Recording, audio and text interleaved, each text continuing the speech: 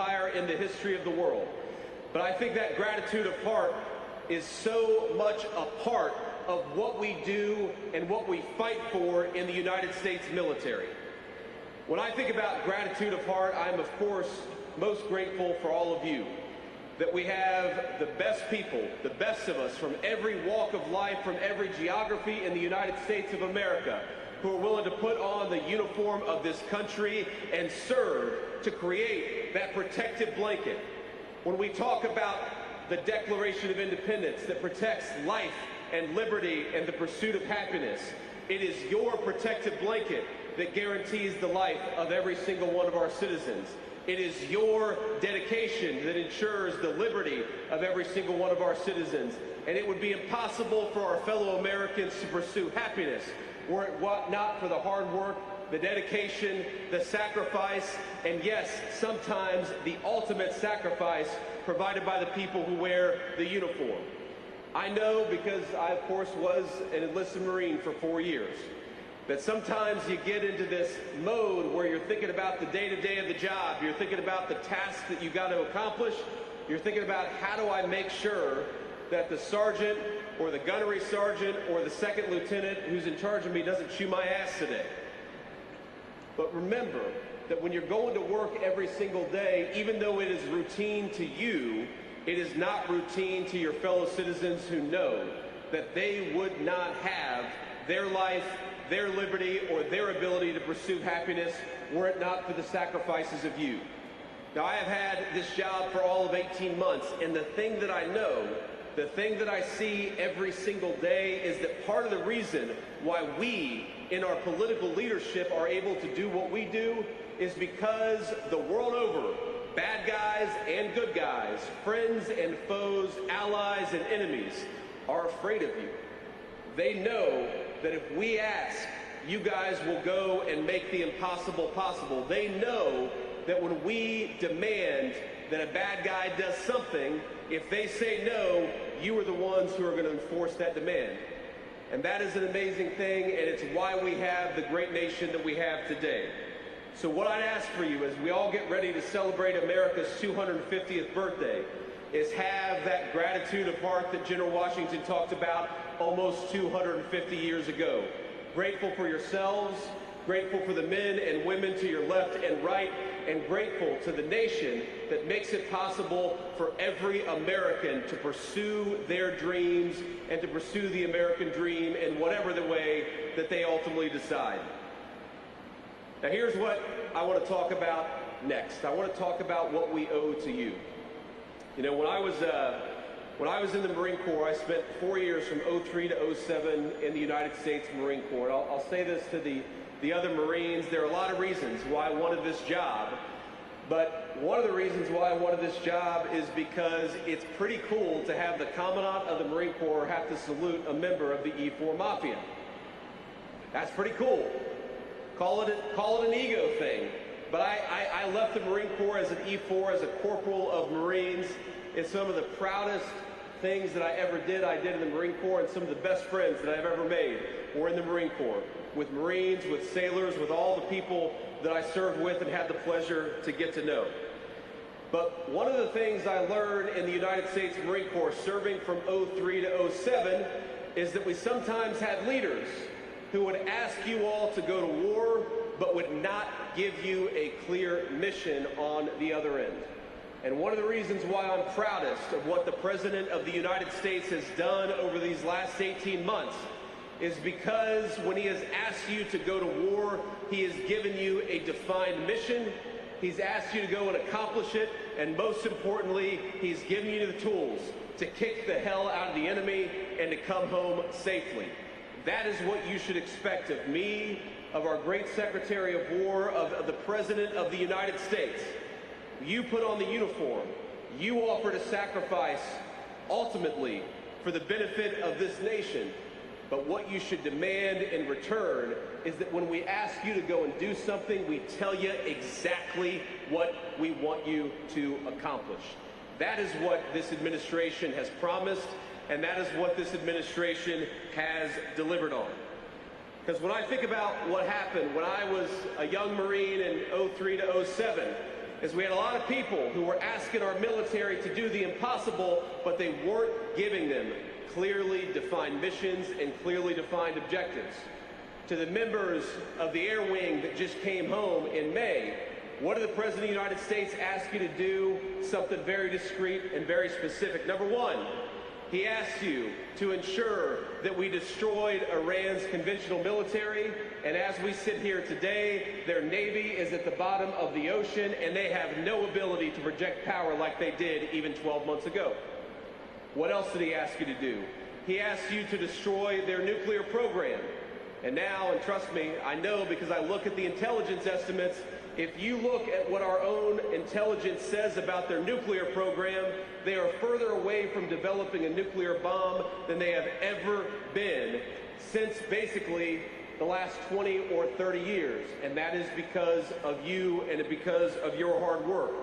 And finally, what the President asks you to accomplish is to destroy the defense industrial base of that country, so that if they ever decided to rebuild their military, or if they ever decided to rebuild that nuclear program, they would be hard-pressed to do it. And you did that exactly as well. But today, as I sit here, there are people in this country who want you to just keep going and attack the President of the United States for using the leverage that you gave him to engage in negotiation. And why do we engage in negotiation? Because of you, it's not out of weakness, but it's out of strength. And again, I go back to that time that I served in the United States military from 03 to 07. We made a lot of mistakes back then. We did a lot of stupid things back then. You performed ably, but your political leadership did not.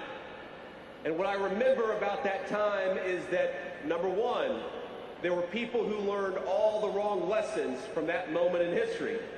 There were people who learned the lesson that we could never use the military again. But that's not the right lesson, because the military isn't who screwed up in 2003 and 2007.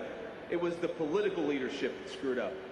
So that was the wrong lesson to learn. There were also people who learned a different lesson, an equally wrong lesson, that the solution to the problems that we had in the early 2000s was to ask you to do more and more and more and more without giving you a clearly defined objective. Ladies and gentlemen, I think that you deserve to have a clearly defined objective. I think you deserve to have a President of the United States who believes in you and gives you the weapons to win. And I believe that you have a presidential leadership today that will never ask you to go to war unless he's telling you why you're going to war. And most importantly, when he sends you to war, he gives you the tools you need to kick the hell out of the enemy and come home safely. That's what you deserve.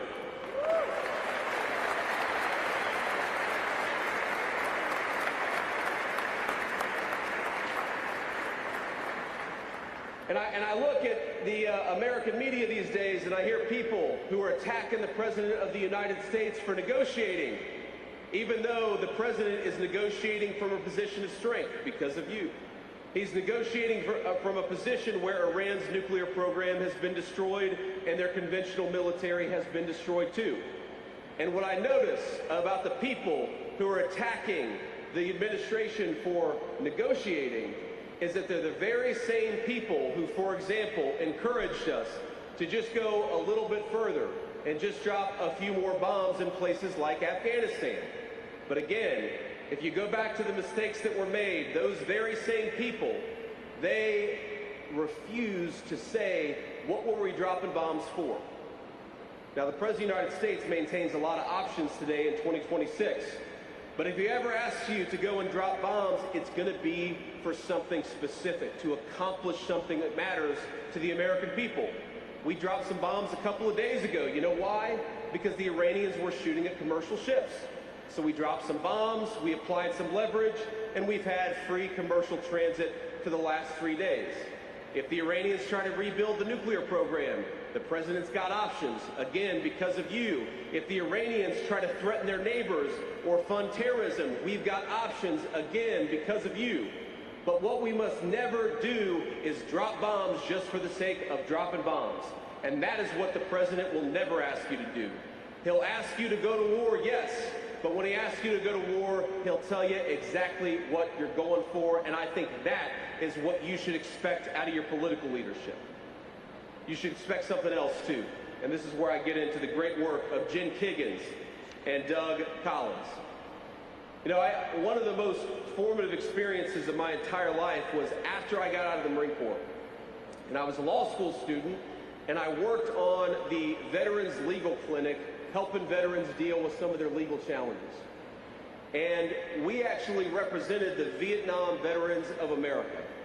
And a lot of you are maybe too young to appreciate this, but the Vietnam Veterans of America experienced one of the most shameful periods in the history of the United States of America. They came home, many of them, not to fanfare, not to flag waving, not to a grateful nation. They came home to people who spit on them, who attacked them, and criticized them simply because they did the job the political leadership asked them to do. Now, I go back to what General Washington said about gratitude of heart. And when I sat down with these Vietnam veterans, these people who had quite literally been spit on by their fellow citizens for doing the job Washington asked them to do you know what they had? They didn't have resentment. They didn't have hatred. They didn't have anger. They had a simple motto, that never again would America do to a generation of veterans what happened to the veterans from Vietnam. It was an amazing thing. And so when they came to us and they wanted legal help, it wasn't for themselves. It was for all of you. And it was for the generation of veterans that I represented, the veterans in Iraq and Afghanistan. And they committed themselves, these old red hatters. Some of them were the saltiest people you've ever met in your entire life. But they committed themselves to help all of you because they wanted to make sure that the United States would never again treat a generation of veterans the way that it treated the Vietnam veteran generation. And that's an amazing thing. That is the spirit of gratitude. And what we've done is we have taken that charge and we have run with it. What Doug Collins has done is we have seen, working with Jen Kiggins and some of our other great rock stars in Congress, is we've seen veteran backlogs at their lowest level in 30 years. When you call the VA, whenever you get out of the military and you call the VA, somebody ought to actually answer the telephone. And that's what we've done because of Doug Collins and Jen Kiggins. If you or your family needs medical care, it should be there. And that's what's happening because of Doug Collins and Jen Kiggins. Ladies and gentlemen, some of you will serve 4 years, and some of you will serve 34 years. But the simple promise that I make to you, that Doug Collins and Jen Kiggins fight every single day, is that whenever you call on the Department of Veterans Affairs, somebody should answer the phone and give you the services that you need. So I want to say thank you to Doug. I want to say thank you to Jen Kiggins. We are fighting for our veterans every single day, and the thing that I'd ask all of you, because one day you're going to be veterans. You won't be active duty service members, you will be veterans. Are we going to continue to fight for our veterans just as the Vietnam veteran generations has fought for you? Absolutely we will. That's what we need from every single person in this room, and that's what you should expect, and that's what you have from your political leadership. Now let me make just a couple of final comments here. You know, one of the things that we've tried to do in our Department of War is to recognize that you guys are able to do amazing things, but only if you're empowered to actually do them. Why have we gotten rid of diversity, equity, and inclusion? Because we recognize that Americans from every walk of life, from every ethnicity, from every race and religion, that you all can exceed, that you all can succeed if you're empowered by your leadership. Why have we given you the best equipment anywhere in the world? Because when you go to war, you shouldn't be looking down the barrel of a gun of somebody who's got something better than you have. You want to have the very best stuff. But I think the thing that I'm proudest of is that we have empowered you to do great things again. We're not telling you to look behind you. We're not telling you to think about whether your warfighting abilities or your warfighting capabilities are going to be second-guessed by a politician back in Washington. We're sending you overseas if we have to, We're giving you clearly defined missions, and we're making it possible for you all to do exactly what you need to do. So from one enlisted Marine to all of you, I just have a couple of final thoughts. Number one, I am grateful to you. You may not realize this, but I spend my time with a lot of political hacks back in Washington, D.C. Not Doug and Jen, but there are some political hacks back in Washington, D.C. You are the people who make this job worthwhile, and you are the people who make this job something proud to do. I know it. You may not see it, but I've looked in the eye of a lot of bad guys, and those bad guys respect the United States because they fear you. So number one, thank you. And number two, I want to say as we get ready to celebrate 250 years of great American history, I want you all to know that that celebration belongs to you as much as it belongs to anybody in the United States of America. For 250 years, it is people like you who have put on the uniform of the United States of America and made sure that our Constitution actually has meaning, who have put on the uniform of the United States of America and made sure that those backyard barbecues and those celebrations we're going to see over the next few days exist under a blanket of liberty and protection. Ladies and gentlemen, you are the very best part of the United States of America. So happy 250th birthday. Let's keep on celebrating. And because of you, my friends, the next 250 years of the United States of America are going to be better than the last 250 years. God bless you and happy Independence Day, my friends. I'm proud of you.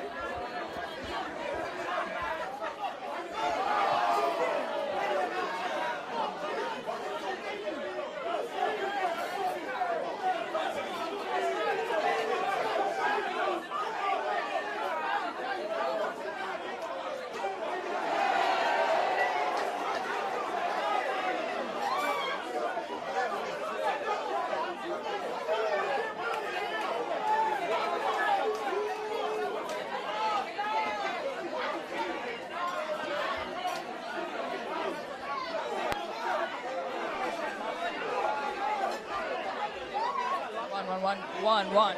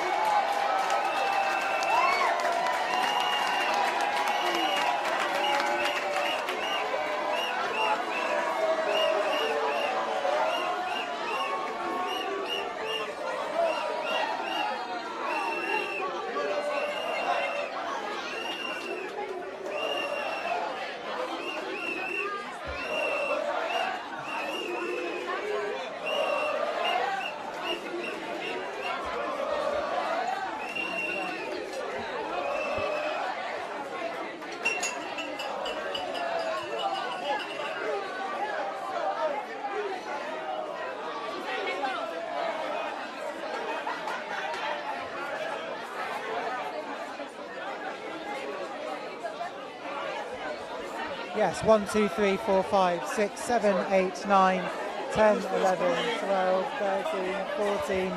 Can you hear me? All good for level. All good for level.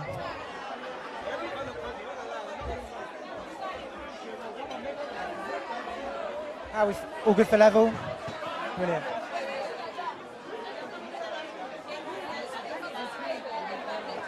Say again.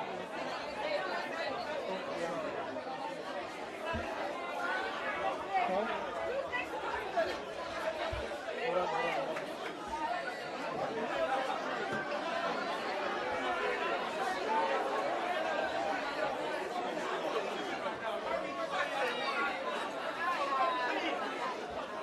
Hi. Can we chat to you quickly about how you're doing? Yeah, great. We'll just get the nod.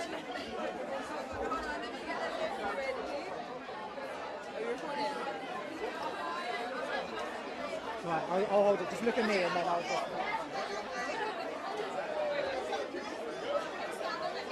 Yeah, we're going to move you a bit.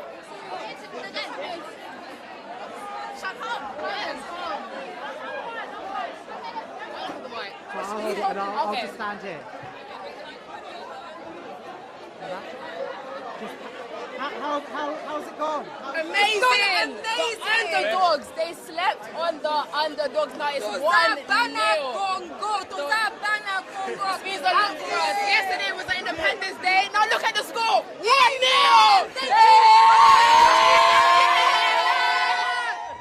This is our first World Cup in a very long time, so we're just happy to be here, happy to represent our country. It means a lot for everyone here, and if we go through and beat, the Lions, that's another big thing for us. Congo, we're slept on, but we are the giants of Congo, the heart of Africa.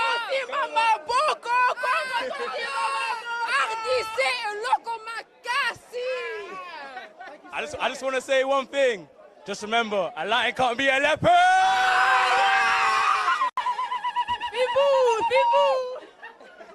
Thank you. Touch these possible.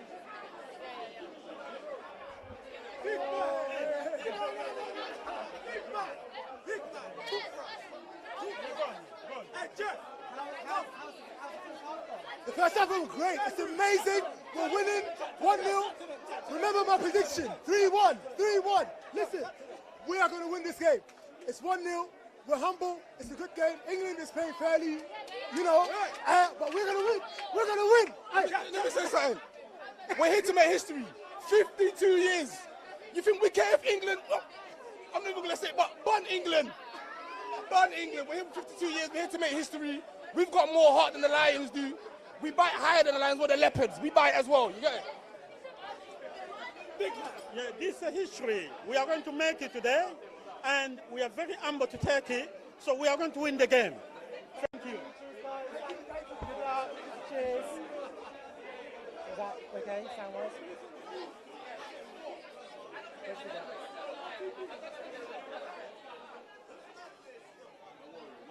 Yeah, you're fine, you're fine. You good down here? You good down here?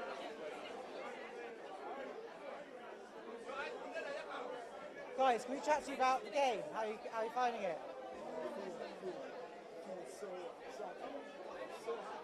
Great. Thank you so much. We'll come back round. Thank you. Should we go over here? Let's go over here. Sorry, I might have to stand here. What's the question? What's the question? What's the question? What's the question? How are you finding the first half? Mate, I'm loving it, mate. It's amazing. It's amazing. Honestly, 45 more minutes and history's made. West Green Road. West Green Road. Road. Get shut down. Hey, we're not going to work tomorrow. We're not going to work tomorrow. You see Harry Kane? He's rubbish. He's rubbish. This is what it means. This is what it means. Tell you, Bobby. This is what it means. I promise. This is what it means. Come on, man. Hey, Congo are going to win this. I promise you that now. Mark my words. I promise you, Congo will win this. I will progress furthermore to the end. I promise you. Come on, man.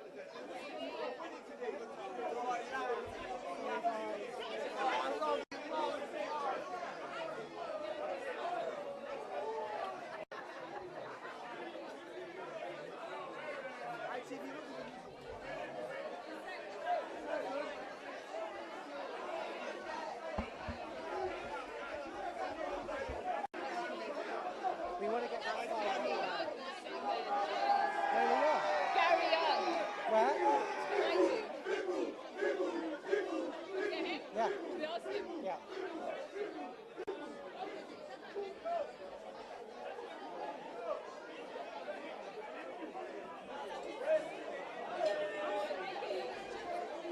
Yeah, can we have a chat just about how the first half has gone? Sure.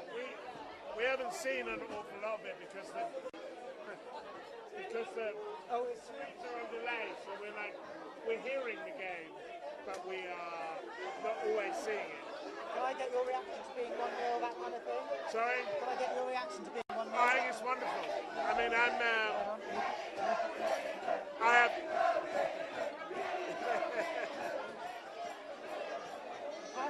I'm not Congolese at all. My parents are from Barbados, but I'm absolutely supporting them in this game. And I have dim memories, very dim memories of 1974 Zaire, and so to see this team, this African team, do so well is a wonderful thing. How do you think about the second half? You know, I'm a hope monger, so I wouldn't be here supporting the DRC if I wasn't full of hope. Now wouldn't be the time to stop. Thank you so much. Thank you. Cheers. Right, should we go back and get the key? Whoa.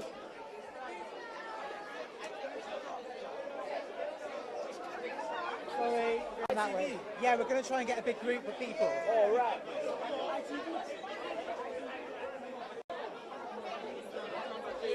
Hello. Can I just get everyone's reaction? Wait a minute. I'm just going to get... Hello. Can I get everyone's reaction? That's fine. What? I'll hold it. Just how you find the first half. The first half was really good. We're so excited. We're pumped. We're expecting nothing but wins from Congo. Go, Congo!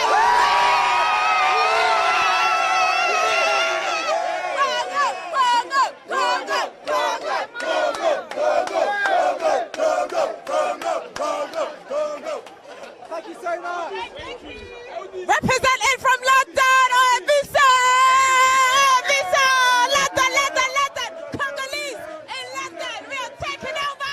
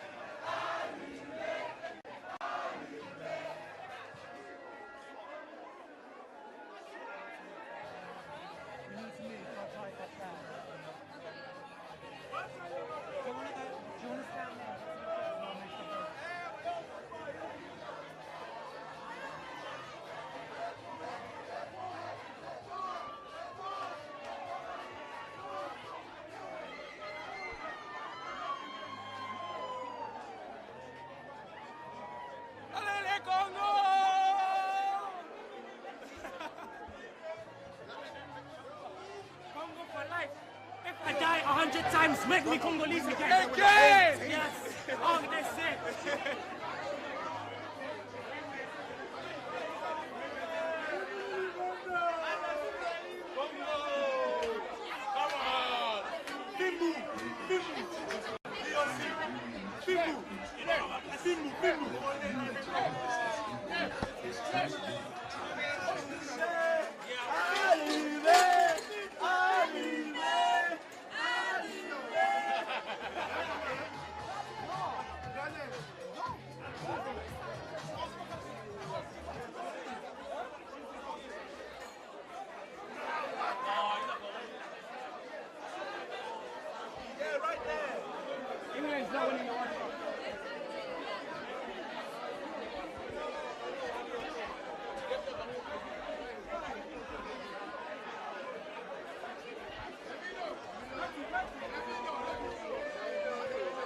Yeah? Because then we'll get faces. Okay, stay here and I'll do stuff.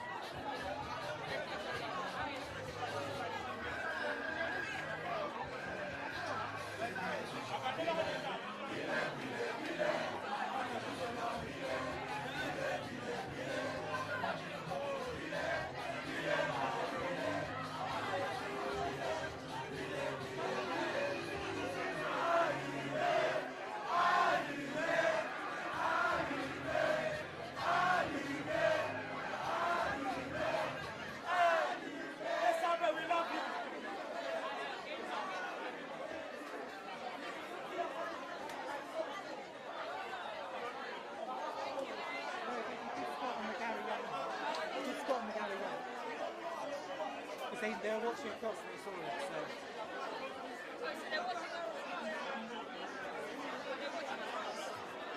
Have they got the boxes and stuff? Okay, great. Are they happy? Thank you. What's the fees?